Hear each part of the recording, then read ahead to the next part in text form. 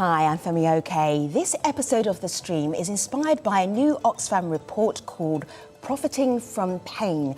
Oxfam found that during our global pandemic, every 30 hours, a new billionaire is created. At the same time, at least 1 million people have been pushed into extreme poverty.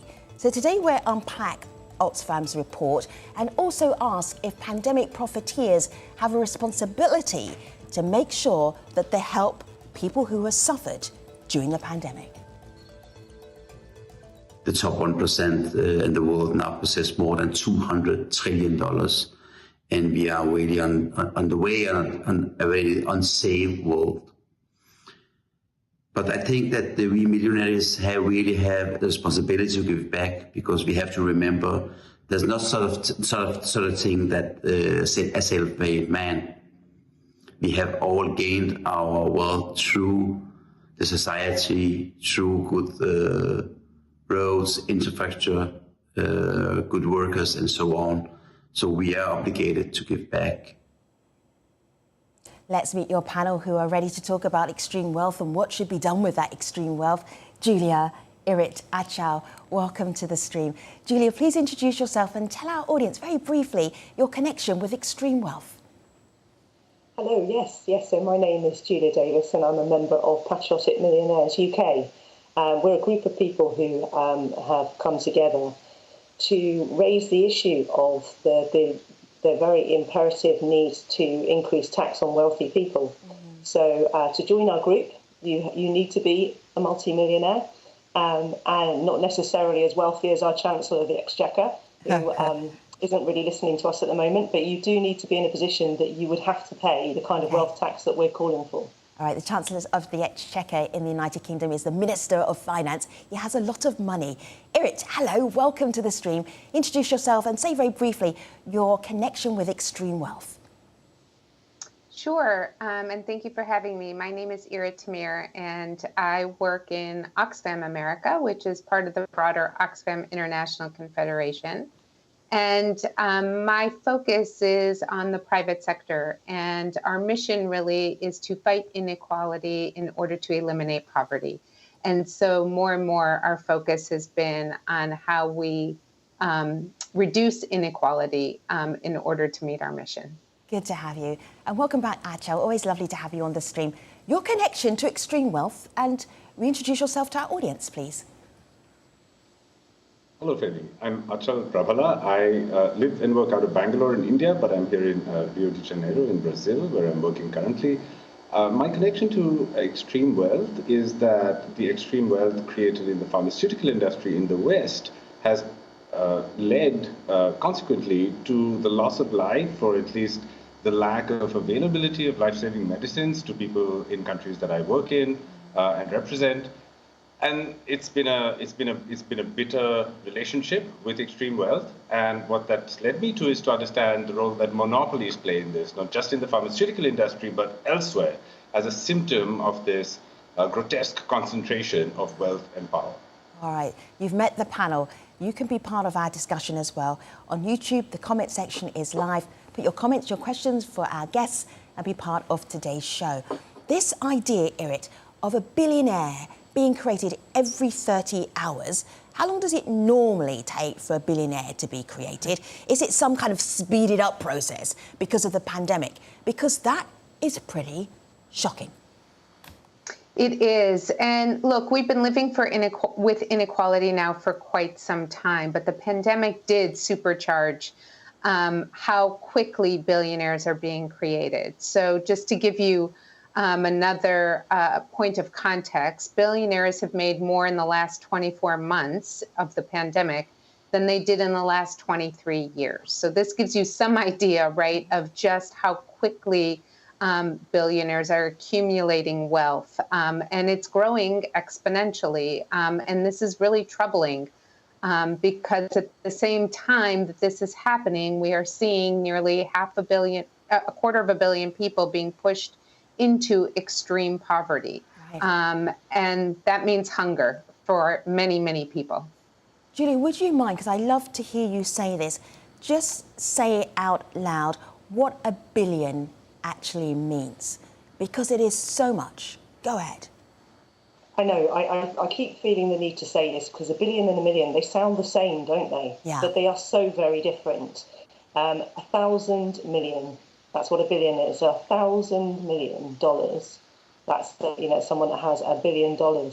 And that's just a huge sum of money, which most people just cannot, really imagine what they would do with that sum of money. And one of the questions that we've been considering at Patriotic Millionaires is, can somebody have too much money? And I've been thinking about that over the last couple of days. And I think, yes, they can. And what's indicators that someone has too much money? Well, perhaps one of them is that the only thing that they can think of to spend their huge sums of money on is getting a bigger super yacht than another billionaire buddy, or travelling to space for fun. And we live in a climate crisis, and that is absolutely intricately connected to poverty. I'm sure that Oxfam will back me up on this. We are only going to be suffering a lot more poverty, a lot more extreme, food crises, health crises. Everything's going to be exacerbated by that. And so, if you have someone that has so much wealth that all they can think of doing with that wealth, these things which are just exponentially contributing to this already terrifying crisis that we are facing. Acha, I'm just thinking about some of the pharmaceutical new billionaires that have been created during a time of one of the worst times in our history, in living memory for the whole world. I know that we've spoken about this before, but we're really focusing in on where did their wealth come from? How did they get so rich in just a couple of years? The perverse thing about the pandemic is that one handful of new billionaires that were created out of the pandemic are the CEOs of BioNTech, which is the company in Germany that created the vaccine that Pfizer gives you in the UK and in the United States. And the CEO of Moderna, who is French, his name is Stéphane Bancel, who is an American resident. And these three CEOs did something extraordinary in the pandemic. They created 2 mRNA vaccines using messenger RNA technology that work in general better than any of the other vaccines in the market, which is why we get them in Europe and in the United States. And they created a revolution in technology because these vaccines are easier to make than any of the vaccines we've had prior to the pandemic. There's just one problem with them, is that they're not available anywhere outside of Europe and the United States. I work in 3 countries, Brazil, South Africa, and India. Brazil and South Africa now, finally, much later than Europe and the US, have access to Pfizer vaccines. India, a country with 1.3 billion people, about a sixth of humanity lives in India, where I live, has zero access to mRNA vaccines.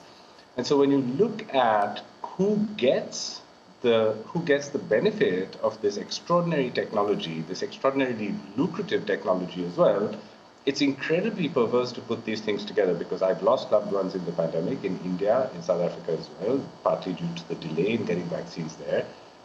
And you juxtapose that with this extraordinarily astounding new wealth that's been created in the pandemic on the basis of a life-saving good that is being purposely denied to everyone who could get one. I find that really, really perverse, and I'm astonished we can live with it. Yeah. Can I just add to that, because I completely agree. And, to add a little bit more color here, 40 new pharma billionaires since the pandemic, 40. Because of companies like Moderna and Pfizer, who are, by the way, making $1,000 profit every second, just because they have this monopoly control over COVID-19 vaccines. And this is despite the fact that the development was supported by billions of dollars of public investments. I mean, this is one of the things I think we need to really consider when we think about inequality and how billionaires make their money. As one of your, guests pointed out, it is built off the infrastructure, off the public investments that all of us pay for through our taxes. And yet billionaires are not contributing to the tax revenue in the same way as everyday working people. Iris, and then, sure. Yeah, I'm just thinking here, because we're talking about billionaires as if they are nameless people, but some of the wealthiest people have made more money through agriculture and food during the pandemic. Tell us one story so we can put a face on the billions. Eric, very briefly. Yeah. Go ahead. Yeah, happy to. If we look at food and food billionaires, 62 new food billionaires have been created as a result of the pandemic and this now food crisis. And people like James Cargill. Mr. Cargill was probably at Davos, potentially celebrating with all the other billionaires who've done so well during this time. His family is the 11th richest family in the world. They own the majority of Cargill, which is one of four companies, that control over 70% of the global market of agricultural commodities, right? These are commodities like wheat and other grains that are critical food staples for so many people living around the world. Their wealth grew by almost $20 million every day since the start of the pandemic. Right. So each day they were making $20 million. Their profits were $5 billion in 2021, which was the biggest they'd ever made, and they're expected to exceed those profits this year. They went from having 8 billionaires before the pandemic to now having 12 billionaires since the pandemic. All right. Yeah, so these are real people that are literally profiting off the pain of many, many people. So what we're looking Can I jump in there? Yeah, Would it be please, okay if Julia, I go jump ahead. in? Yeah, anytime. I think it's really good, to that background, to put into context, how working people are faring in comparison to multimillionaires and billionaires. So in the UK, we've been lobbying for a wealth tax. We put forward a very reasonable proposal for a wealth tax, which would have kicked in on wealth above $5 million. That was rejected. It wasn't considered. And at the same time, national insurance, which is a particular form of taxation, which people only pay national insurance on income that they receive from working. They don't receive it from income that they receive on wealth, which is what a lot of multimillionaires and billionaires will receive. That was totally rejected. And so instead of taking a contribution from the wealthiest in society to tackle the food crisis that we are facing here in the UK, one of the wealthiest countries in the world, we now have, that increase in billionaires has been coincided with an increase in food banks in the UK. It's shameful, absolutely shameful. It's also an increase in people who are working extremely hard and are still unable to pay their families. So we have these billionaires increasingly, just gathering in more and more of the world's wealth. And at the same time, people are working really, really hard in countries that should be wealthy for all, like the UK, and they cannot feed their families, even though they're working all the hours that they can manage. Actually, I'm just thinking about one of the things that I know you focus on are monopolies and the idea that wealth is being concentrated in a way that it wasn't in the past. What are you seeing? What can you share with us? One of the really fascinating things for me about solutions to this crisis of burgeoning inequality, I think, and it's interesting that Julia just said this, and Oxfam has pointed this out several times, of course, is this idea of progressive taxation, which, of course, I support. I think that this is one very good way to try to curb this inequality, but it is, of course, treating the symptom rather than addressing the root of that problem. And I think the root of that problem in history, and especially today, lies in a kind of grotesque concentration of wealth and power, which is often a result of a legally granted or an accidental monopoly. There are no accidental monopolies, of course, and these monopolies are very, very intentional, but they haven't been granted a monopoly in the way that in the pharmaceutical industry companies are through patents, for instance. When we think about monopolies in general, so if we talk to ordinary people about monopolies and we go out and say, what do you think? Do you think a monopoly is good? The instinctive answer is no. It's bad for the economy, it's bad for society. Economists have worked for decades against the idea of monopolies. We all understand them instinctively as things that are bad for us, and yet we have so many of them. This is astonishing, right? And I think one way to address the root causes of this truly insane inequality that we see before us is to take the idea of regulation of monopolies seriously. Is first to reconsider what we think of as legal monopolies, why we have them, and see if they have any place or whether they need to have a readjusted place in society. And then to look at the kinds of accidental monopolies we have, like in the tech industry, for instance, whether it's Google in search or whether it's Amazon as far as shopping goes. We need to be able to have the muscle to take on these extremely valuable companies who employ hundreds of thousands of people and have a kind of extraordinary political clout as a result. But if we had the ability, the desire, and then the muscle to create and enforce the kind of regulation that countries like the United States and Europe actually did enforce far better if you went 50 or 60 years back or even 100 years back than they can today, right? And if we took that idea seriously everywhere else in the world, because these new billionaires are not just being created in the United States and Europe, they're happening in India, where I live, we would understand and be able to tackle one very significant root of the burgeoning inequality that we see before us. All right. Am I imagining this, Julia? But is there a reluctance to tax the wealthy? Is that in my mind, or is that a reality? Well, if it's in your mind, it's in my mind as well, because I'm definitely feeling that. So as I said, in the run-up to the spring statement, which was the statement which our Chancellor of the Exchequer, the guy in charge, with his basically, he decides where tax is being taken from in the country. Mm-hmm. In the run-up to that, we put in proposals, as I said, for a moderate wealth tax. We were at pains to explain that would only kick in when people are really doing very, very well for themselves. If you've got more than $5 million, you're doing okay in the UK, and you can afford to pay more. But we were ignored effectively, and as I said, instead, this tax on workers was put in place. And when we've raised this, we get two things thrown back at us. One is, if you want to pay more tax, pay more tax. Nobody's stopping you. Well, that's not tax, that's philanthropy. And I think you'll find that everybody in our group does quite a lot of philanthropy, and we're all trying to work out how to address whichever cause it is that is closest to our heart. In my case, it's climate crisis and environmental harms, which I think go to the heart of everything that anyone could possibly care about. Julie, the other one that we get is that if we put a tax on wealth... Julie, just saying, Julie, I'm just saying on the screen while you're talking, we have millionaires protesting in Davos because they want to pay more tax. Carry on, Julia. Absolutely, absolutely. So as I said, we say that we'd like to be taxed. The response that we've had to that, which I think is quite puerile, to be honest, is that we can pay more tax if we want to, but that's not going to address anything. That's our mate Phil there from Patriotic Millionaires UK.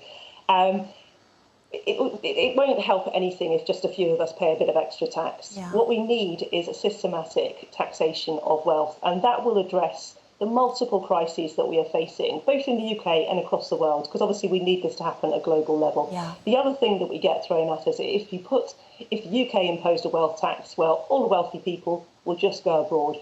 Well, what I say to that is, if you really care about your country so little that you're willing to move abroad to avoid contributing to, solving all the problems that we face, all the problems that the NHS is facing, the horrendous statistic, of food banks. Julie, you've made all the arguments because you hear them all of the time. It's the stereotypical arguments for why the wealthy can't pay tax, and you're saying, as somebody who is in that privileged position, if I may say so, that these are not good, solid reasons. Let me show to our audience what an annual wealth tax could do. What are the possibilities of an annual wealth tax?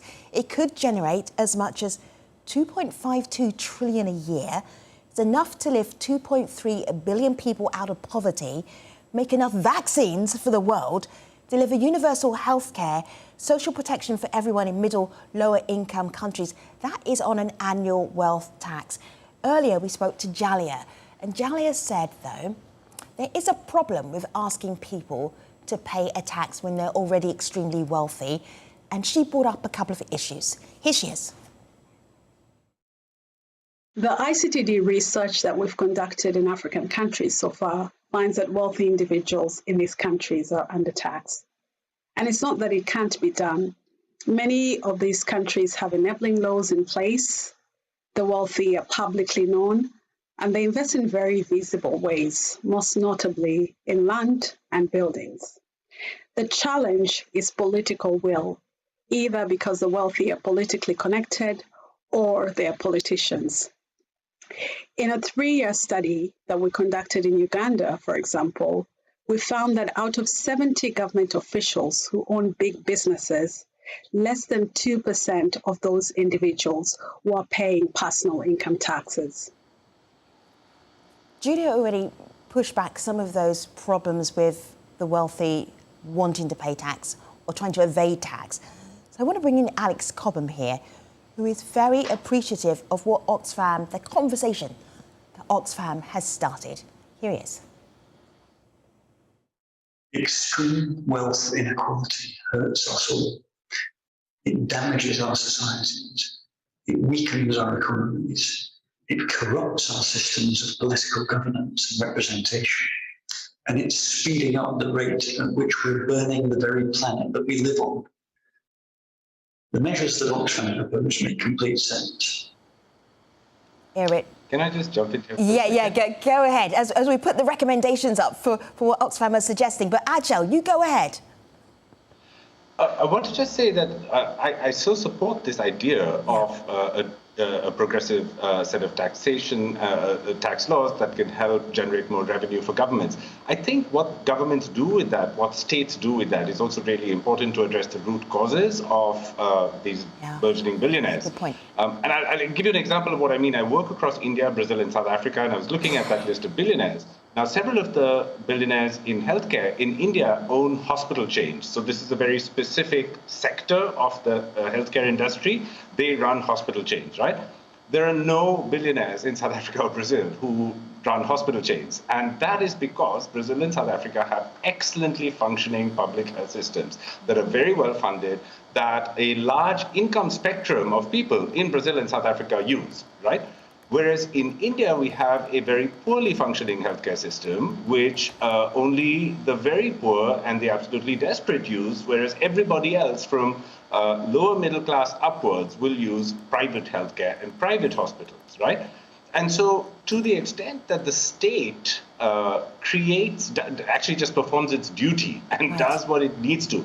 Look, the state doesn't have to run the equivalent of Netflix to keep people entertained in a pandemic. Netflix made a lot of money out of the pandemic as well, right? And so, it's not like the state has to step in and do every single thing to take care of its citizens. But if it were to address the very basic things that it could do for its people in terms of basic healthcare, basic education, you would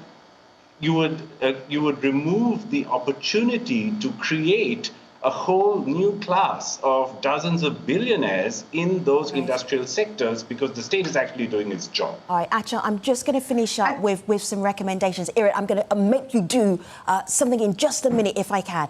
Not only did Oxfam say these pandemic profiteers are making the world a worse place for many people who suffered during the pandemic, you also had some recommendations. So it's a good place to end the show. Let me share them with you again. And you can help us understand, what do you think is the most important, the most tangible out of these recommendations that is most doable? Because you really are challenging the wealthiest people in the world to pay up. Irit, final thoughts.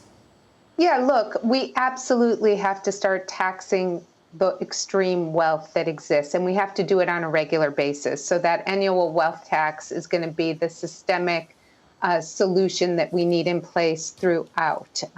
The other two solutions really are responding to the moment in time. Right, the pandemic, the crisis. Thank you so much. Irit and Achal and Julia, there's so much more to talk about, but thank you so much for understanding and helping us to understand how people are profiting from pain and then maybe what some of the solutions are for that. Thanks for joining us. I'll see you next time. Take care, everybody.